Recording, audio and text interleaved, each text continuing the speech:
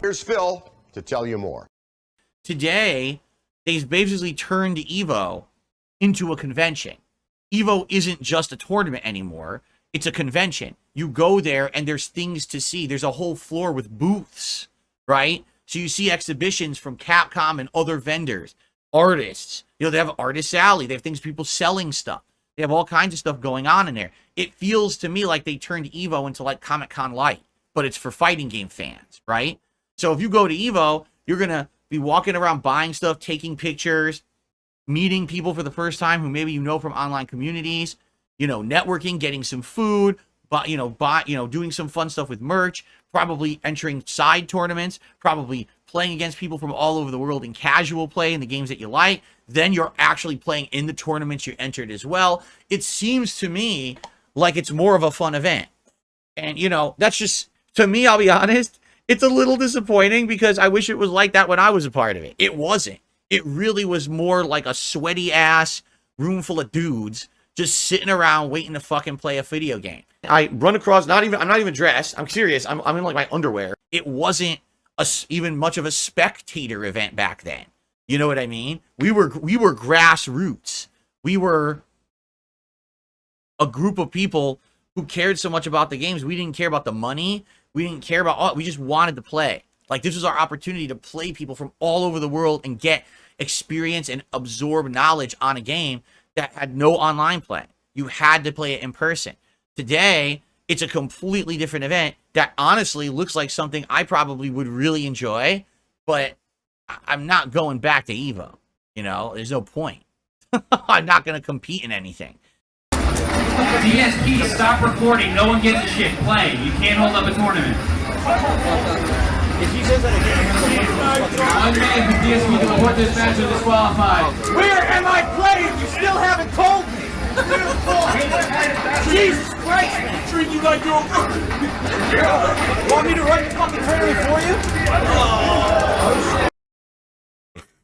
Stack of shit. Says, when you and Mike Klum were in talks, Jaha and others were talking shit about you on Twitter. Of course they were. Of course they were, right? Because that's the thing that, oh, now is the time to jump on the bandwagon of hate, and finally I could get a moment of attention for myself. And it's like, huh? What are you even talking about, right? Like here's the thing about Jaha, all right? Back in the day, he was known as the bully of the FGC. He was known as the guy who like would talk shit, and then he would actually like punk you in real life, and sometimes he got into altercations at tournaments and stuff, okay? The reason that he was always in my face back then is because I was an asshole. I was a big mouth, braggadocious shithead.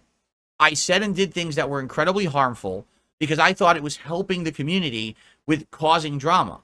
In reality, a lot of people didn't like that, and he was one of the people who I feel rightfully was calling me out for it, okay? So if you look in perspective of who I was back then, I actually don't feel like his hatred towards me was unwarranted at all. Looking back at it now, as a 42-year-old adult, I'm like, I was a complete idiot 20 years ago. I said and did dumbass things. I tried to cause problems for people. You know, I harassed people in the FGC. I was essentially a really bad troll, okay? So Jaha hating on me in the 2000s and wanting to beat my ass was pretty much well-deserved, okay? But I'm not that guy anymore. I've completely changed. I have nothing to do with that. I don't do that shit. If you look at me now, I'm literally the opposite of that. I don't go after and harass people. I don't do online drama. I'm not that kind of person. I very well could be, because look at how many YouTubers are. And look how affluent they've gotten doing it, right? They literally have livings.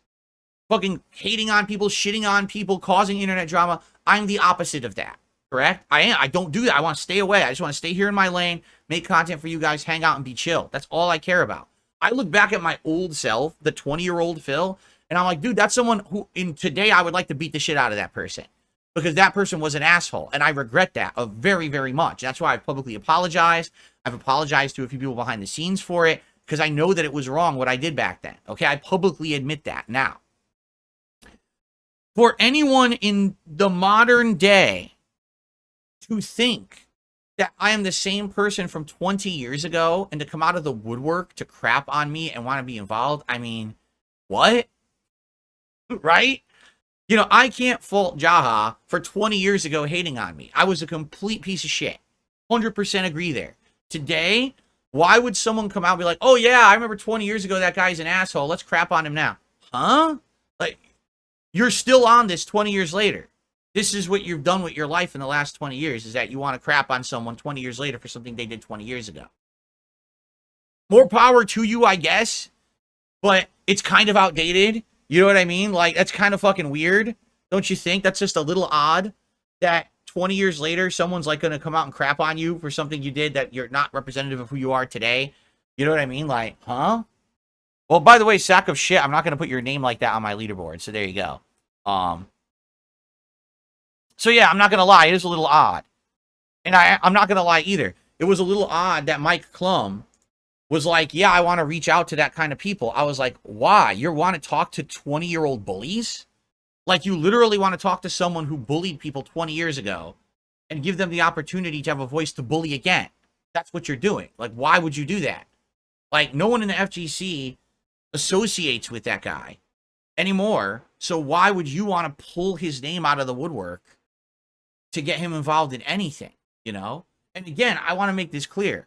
I agree that 20 years ago, I probably should have had my ass beat for the stuff that I said and did. Not today. Today, I'm a completely different dude. I've apologized. I want nothing to do with that. I acknowledge my shortcomings from when I was younger.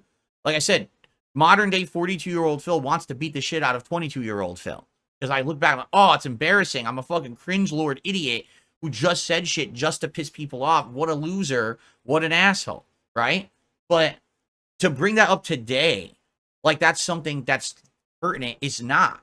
And I think, sadly, that's the deal, is that with Mike Klum's documentary, he wants to drudge that shit up for drama purposes so people will want to watch the documentary. Yeah, but it doesn't apply anymore. So what's the point? Unless the story arc is, oh, but now look at how this person has grown and changed, then that's different. And I think that's kind of where that documentary was going to be going, is bring up the shit, the drama of the past, and all these people that don't like Phil, but now show that he's nothing like that anymore. So is it really fair to hold these negative associations with him when he's not that person that you remember, right? So there you go. My meaty balls. Y'all know me, I love to please. Y'all know me, I love to squeeze my balls. I'm a chef who also MCs. I'm a chef who is also a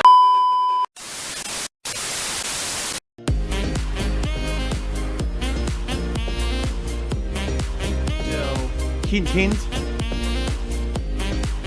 So, hint, hint. So, hint, hint.